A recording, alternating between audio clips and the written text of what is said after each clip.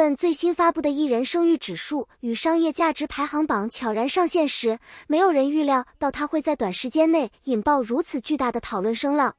起初，它不过是业内人士用来评估艺人综合实力的一项参考工具，但随着谭松韵的名字稳稳占据榜首位置，舆论迅速被点燃。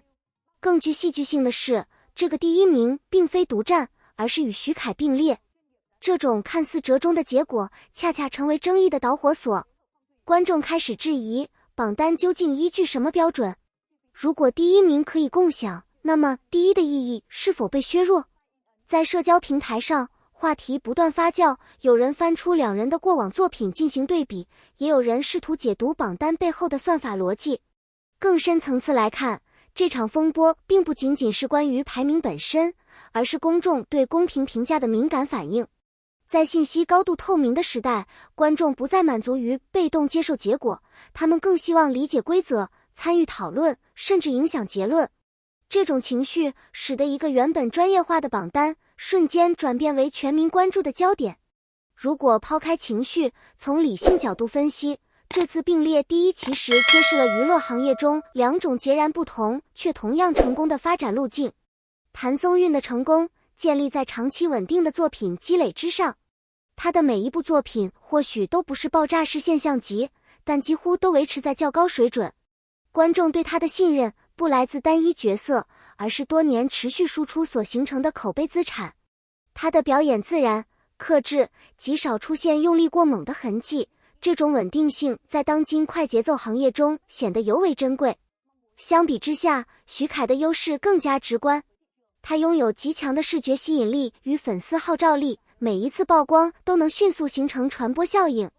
在商业合作层面，他的带货能力与品牌匹配度极高，这使得他在商业价值这一维度上占据明显优势。因此，榜单选择让两人并列，本质上是在承认，当评价标准涉及多个维度时，唯一答案往往并不存在。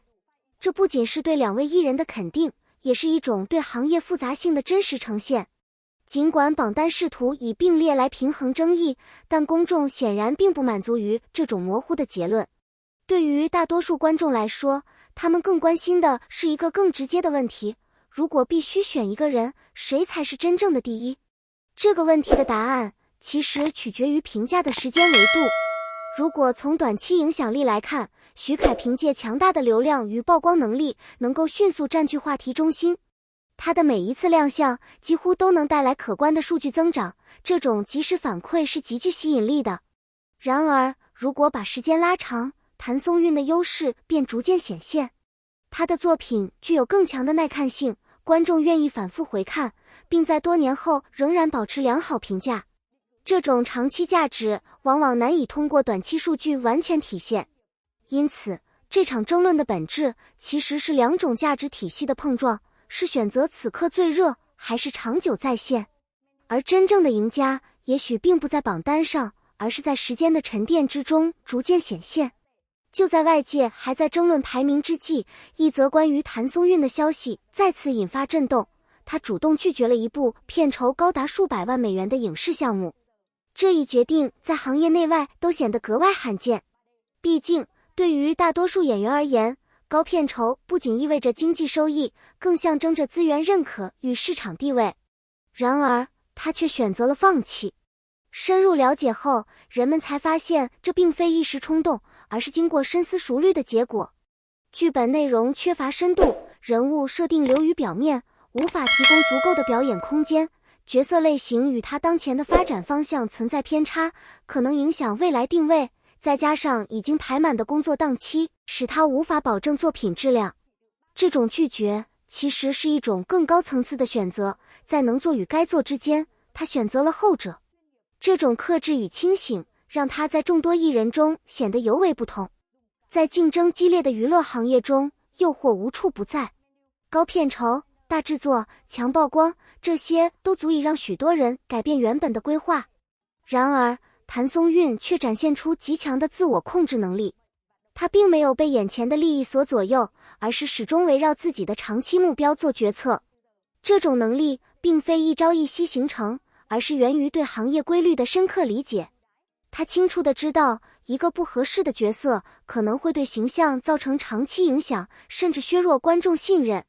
更重要的是，他能够接受错过。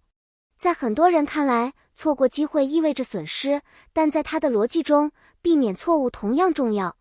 这种思维方式使他在职业选择上更加稳健。他不是追逐机会的人，而是筛选机会的人。这种角色的转变标志着他已经从被选择者成长为主动掌控者。在当今以流量为导向的娱乐环境中，快速走红几乎成为主流路径。然而，谭松韵却走出了一条完全不同的道路。